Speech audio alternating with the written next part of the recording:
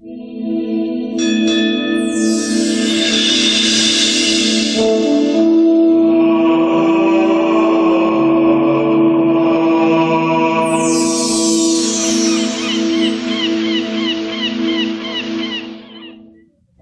nueva idea no concuerda con nuestra manera de hacer las cosas, pero creo que todos estamos de acuerdo en que mejorará drásticamente nuestras operaciones. Espero que consideren este nuevo plan por sus propios méritos. Gracias por su interesante propuesta. Todos apreciamos su esfuerzo y quiero que sepa que le daremos nuestra mayor consideración. Bueno, yo no estoy de acuerdo. Significa reorganizar todo mi departamento. No tienen idea. Esta propuesta absurda. Además, llego tarde a mi próxima reunión. Estas reuniones son ¿Cómo pueden saber si esta idea funcionará? Solo han estado aquí un par de meses. No conocen nuestra manera de hacer las cosas. Tenemos éxito porque hacemos las cosas a nuestra manera. Es tan fácil decir no a una nueva idea. Después de todo, las nuevas ideas provocan cambios. Rompen el status quo, crean incertidumbre, y es menos problemático hacerlo de la misma manera que lo hemos hecho siempre. Menos problemático tal vez, más peligroso, sin duda. Las nuevas ideas son resistidas en todo el mundo, desde las reuniones de directorio hasta los locales de venta. Las buenas ideas son descartadas por personas que asumen que el futuro es simplemente una extensión del pasado, pero las ideas que nos han traído a donde estamos hoy son las mismas que nos llevarán hacia el mañana. Mi nombre es Joel Barker, soy un futurólogo. Trabajo con compañías e instituciones en todo el mundo, ayudándolas a mejorar su habilidad en evaluar nuevas ideas y anticipar el cambio. Durante casi 20 años he estado estudiando condiciones de cambio. Particularmente he estudiado la resistencia al cambio, que muchas veces evita que una nueva idea sea aceptada. Como verán, siempre ha sido así. Ya sea que la gran idea fuese una mejor manera de hacer negocios o un descubrimiento científico, la gente siempre se ha resistido al cambio.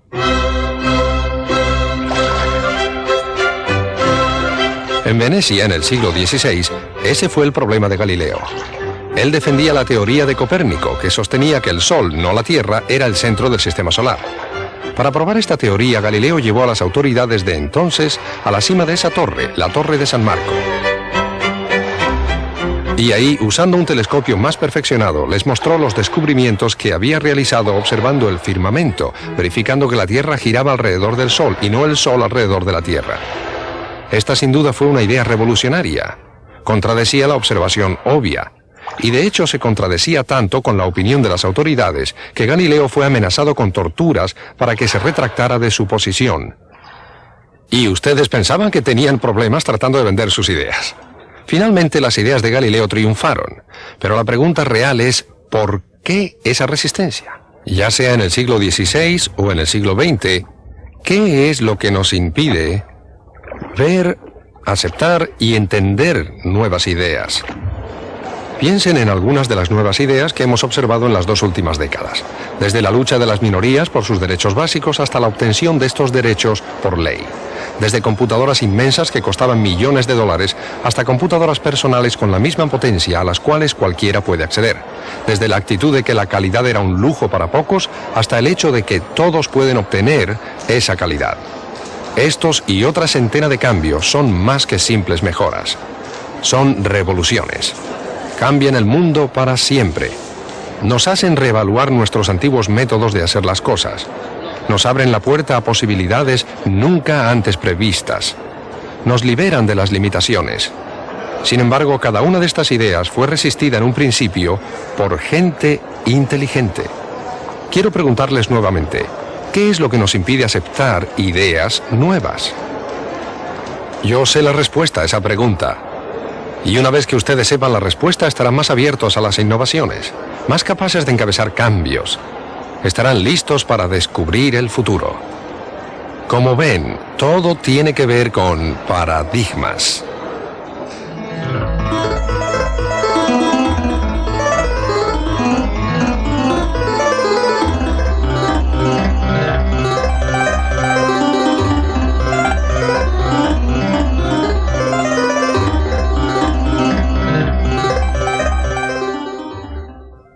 Paradigma, una palabra poco usual, no se escucha todos los días. Me tropecé con ella hace unos 20 años durante mis estudios en investigación científica.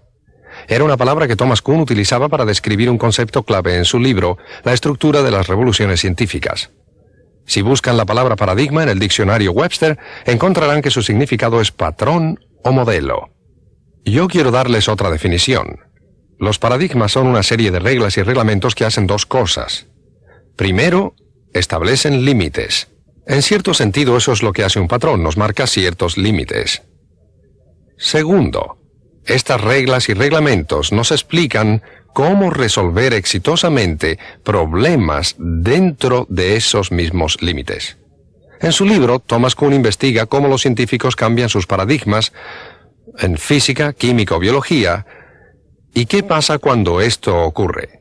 Lo que él descubrió nos ayuda a explicar por qué muchas veces somos incapaces de anticipar cambios significativos. Lo que él descubrió puede ayudarnos a enfrentar los cambios de manera más efectiva. Entonces, ¿qué fue lo que descubrió? Kuhn descubrió que los paradigmas actúan como filtros que seleccionan los datos que llegan a la mente del científico. Aquellos datos que concuerdan con el paradigma del científico son reconocidos fácilmente. Lo que es más, los científicos ven este tipo de datos con gran claridad y comprensión. Y eso está bien. Pero Kuhn también descubrió un alarmante efecto negativo. Con algunos de los datos los científicos tenían gran dificultad. ¿Por qué? Porque esos datos no concordaban con las expectativas creadas por sus paradigmas. Y ciertamente, cuanto más imprevistos los datos, mayor era la dificultad de los científicos en percibirlos. En algunos casos simplemente ignoraban los datos inesperados. Otras veces distorsionaban esos datos hasta que se acomodaban a sus paradigmas, en vez de reconocer que constituían excepciones a la regla. Y en casos extremos, Kuhn descubrió que los científicos eran literalmente, fisiológicamente, incapaces de percibir datos imprevistos. En otras palabras, los datos eran invisibles. Poniéndolo en términos generales, los paradigmas filtran nuestras experiencias. En todo momento observamos el mundo a través de nuestros paradigmas. Constantemente elegimos aquellos datos que mejor se acomodan a nuestras normas y reglamentos, tratando de ignorar el resto. Como resultado, lo que es perfectamente obvio para una persona con un paradigma puede ser totalmente imperceptible para otra con un paradigma diferente. Yo llamo a este fenómeno el efecto paradigma. Y he observado repetidas veces que lo que Kuhn describe para los científicos es cierto para cualesquiera que haya sostenido estrictas reglas y normas en su vida. ¿Y quién no? En mi trabajo con compañías en todo el mundo he observado que el efecto paradigma puede cegar a los empresarios frente a nuevas oportunidades, hacer que los vendedores ignoren nuevos mercados y obstaculizar estrategias efectivas a nivel gerencial. Y puede impedir que cada uno de nosotros elabore soluciones creativas para problemas difíciles. Ya sea el ejército o el movimiento ecologista, la Asociación Médica Americana o la Liga de Mujeres Sufragistas, ya sea Citibank o IBM, cómo el entrenador le pega la pelota o cómo mamá limpia la cocina, nos enfrentamos con paradigmas en todo momento. Y yo creo que son nuestras reglas y reglamentos los que nos impiden anticipar exitosamente el futuro, porque tratamos de descubrir el futuro a través de nuestros viejos paradigmas. Y así, en los años 60 llegamos a la conclusión de que la gasolina sería siempre barata. 4 hijos eran la familia ideal. La televisión por cable nunca tendría éxito. Los productos japoneses siempre serían una basura. ¿Y cómo nos equivocamos? Nos equivocamos porque nuestros paradigmas tuvieron el poder de impedirnos ver lo que realmente estaba ocurriendo.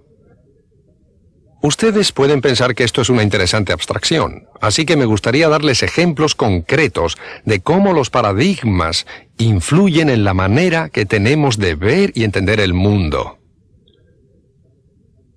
Me gustaría comenzar con un ejemplo similar al que Thomas Kuhn cita en su libro. Utilizar elementos que la mayoría de ustedes conocen bien, un mazo de cartas. Lo que voy a hacer es mostrarles 8 cartas rápidamente. Quiero que las identifiquen en silencio a medida que las voy mostrando. Les daré un par de segundos entre carta y carta. ¿Listos? Vamos.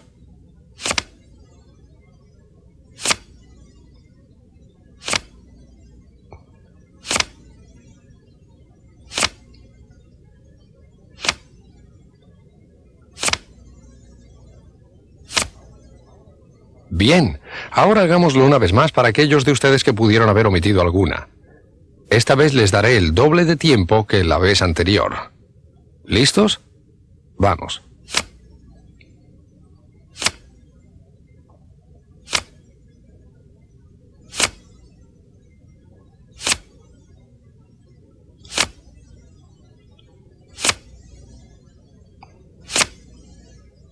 Muy bien.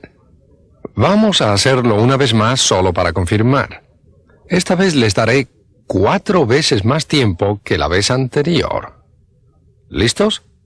Vamos.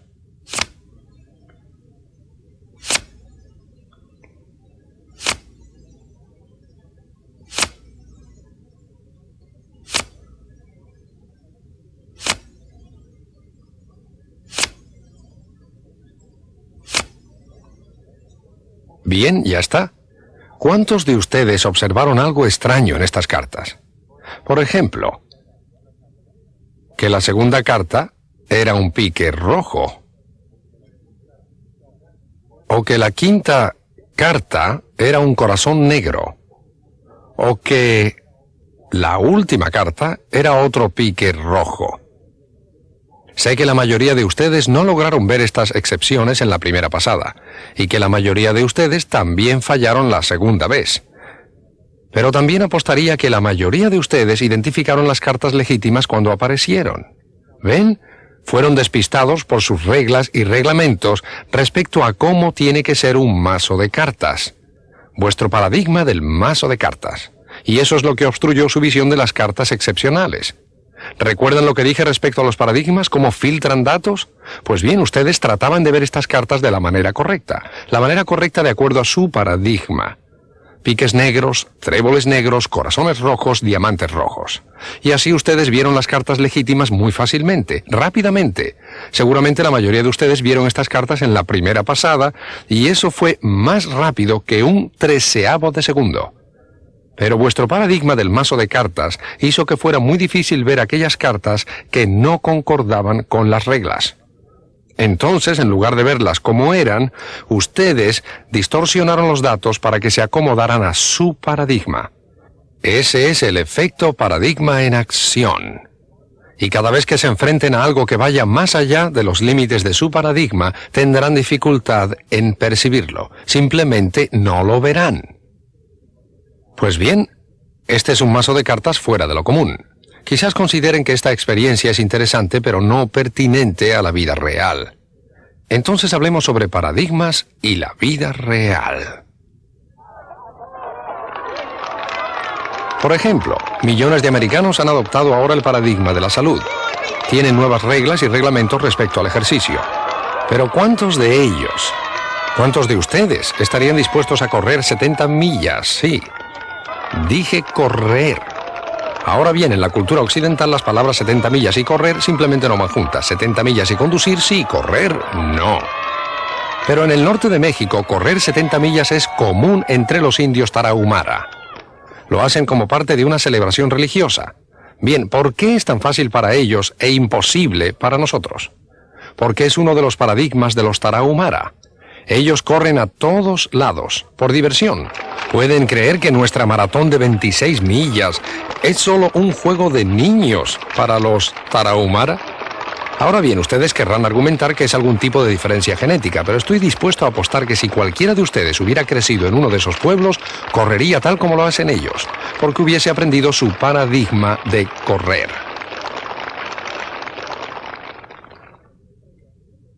Los he traído a este centro técnico vocacional en Eden Prairie, Minnesota, para mostrarles otro paradigma. Este tiene que ver con automóviles. En 1976, un grupo de estudiantes de la clase del profesor Ernie Parker construyó un automóvil de bajo consumo de energía. Datos sobre el automóvil. Pesaba 2.000 libras, iba de 0 a 60 millas por hora en menos de 10 segundos, rodaba 77 millas por galón con un motor de 16 caballos. Bien, cualquiera que sepa algo sobre automóviles sabe que esto es imposible. No se puede lograr que un automóvil tan pesado llegue a tal velocidad con un motor de 16 caballos. Y sin embargo, estos estudiantes lo consiguieron. ¿Cómo? Utilizando un paradigma diferente. Ustedes verán, estos estudiantes no estaban en el curso de mecánica superior. Ellos estaban aquí, en el curso superior de tecnología de energía de fluidos. Y ellos sabían que utilizando su paradigma podrían almacenar y reutilizar la energía que los automóviles comúnmente desechan. Y fue así. Realmente es un diseño muy sencillo. Cuando el auto frena, no lo hace con los frenos clásicos que generan calor y fricción. En su lugar, las ruedas traseras activan una bomba hidráulica que bombea fluido hidráulico a esta caja de almacenamiento, la cual genera presión. Bien, al incrementar esta presión se crea resistencia y eso frena el automóvil. Cuando el automóvil se detiene ante una